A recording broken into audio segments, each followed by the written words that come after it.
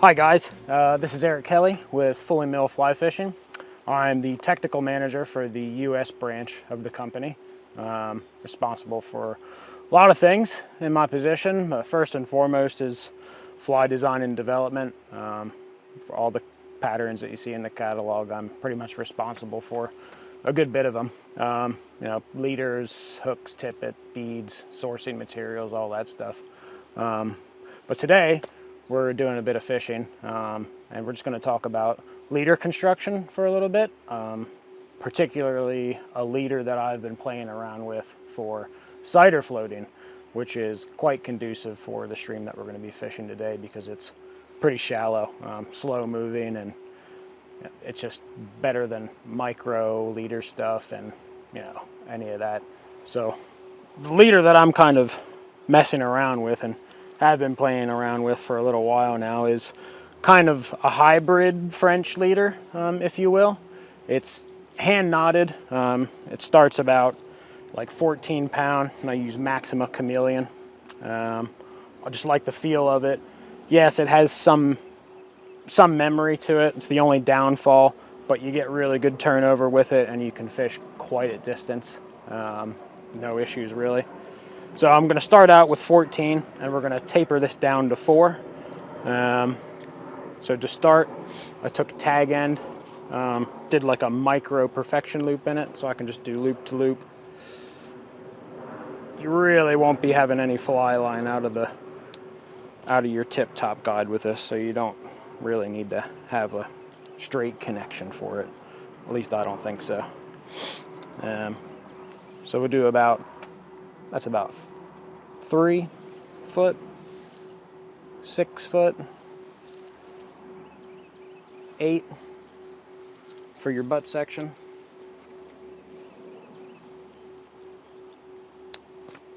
Snip that off. And we're just going to do blood knots to tie this together. So that was 14 for the butt, about, 6.5, 7, 8 foot. We're going to taper that down to 12. There's your 12, if you can see it. Give this a good stretch. Anytime you're kind of building leaders with this stuff, it just makes it easier to handle. And when you're spooling it off your reel for the day to fish with it, definitely give it a good stretch. So, I haven't measured it out yet, so we're just going to do a blood knot. 1, 2, 3, 4 turns. And same with the other tag.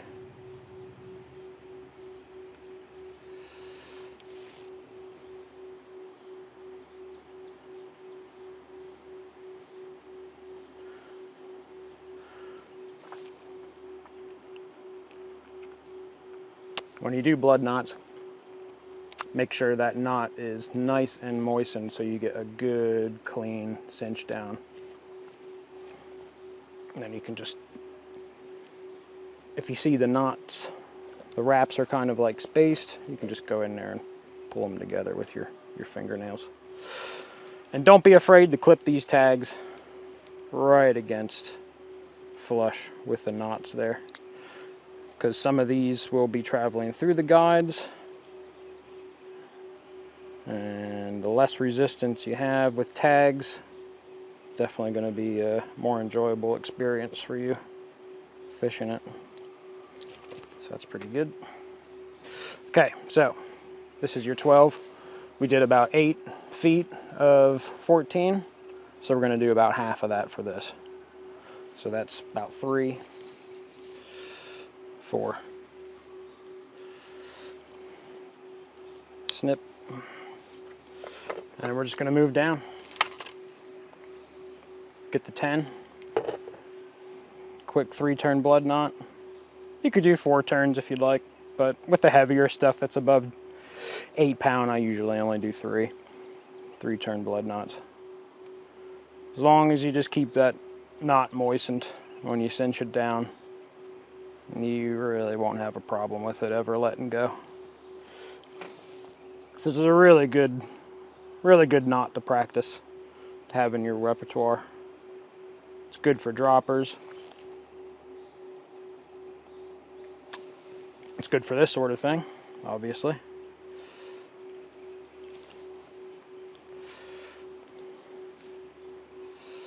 Just making sure that's cinched down good. Yep.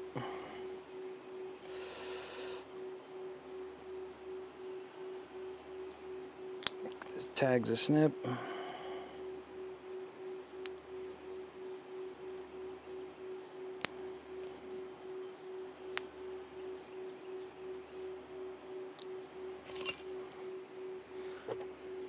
And then for the 10, we're going to measure out about the same length that we did for the 12. So that's 3, 4.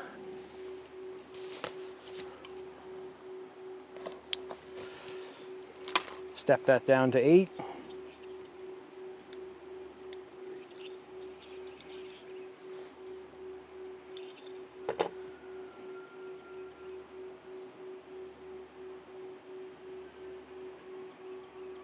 Two, 3.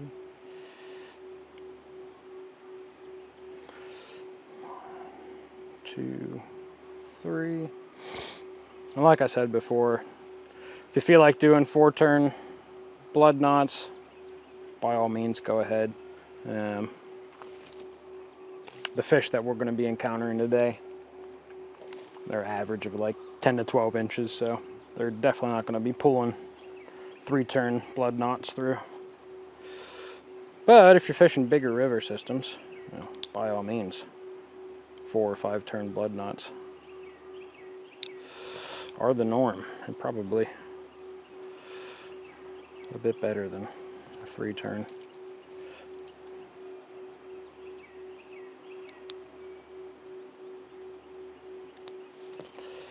Yep.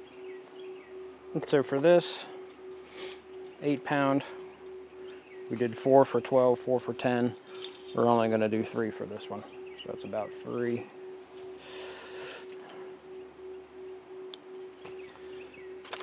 Step it down to 6.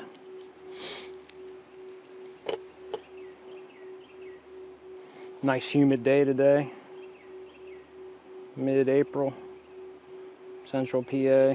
Could see some olives, especially on this system.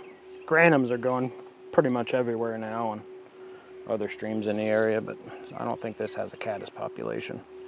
So again, 3 with the 6-pound.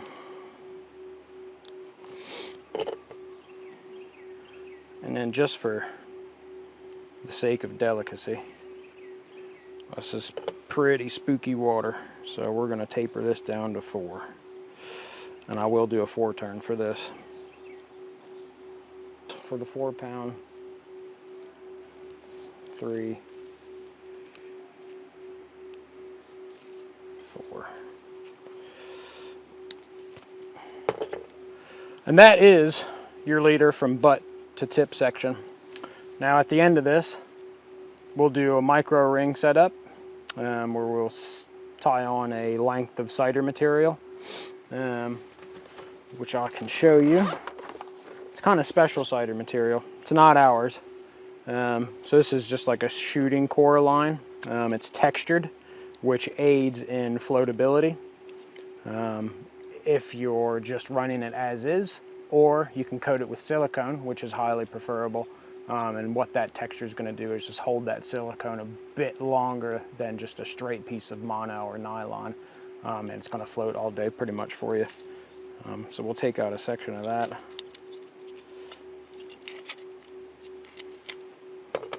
And you can make this as long or as short as you want. And we do not need a long section for today. It'll be about a little over a foot. It's kind of a pain to get started, but you gotta peel this off, outer core. And this is the gold stuff that you want. So.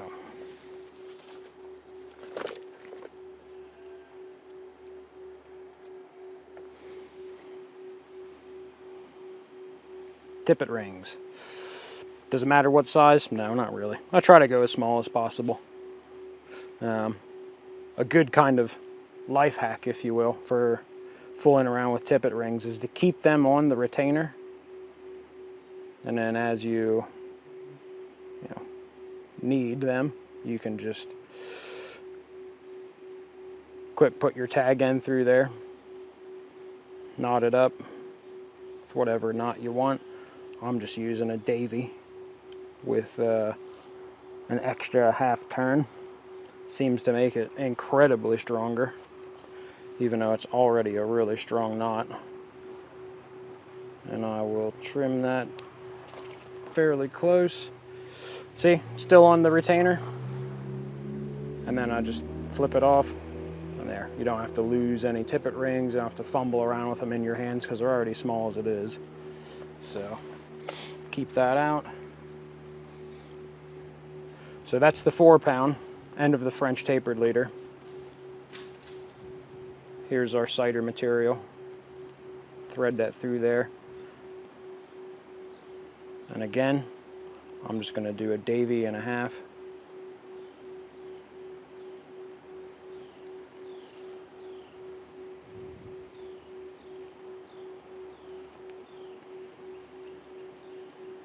Super strong connection. I've never had that knot let go on anything, so it's highly recommended. And then again, tippet ring.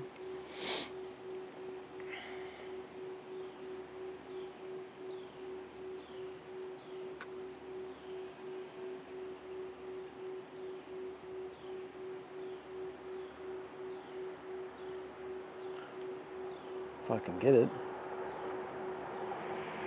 There we go.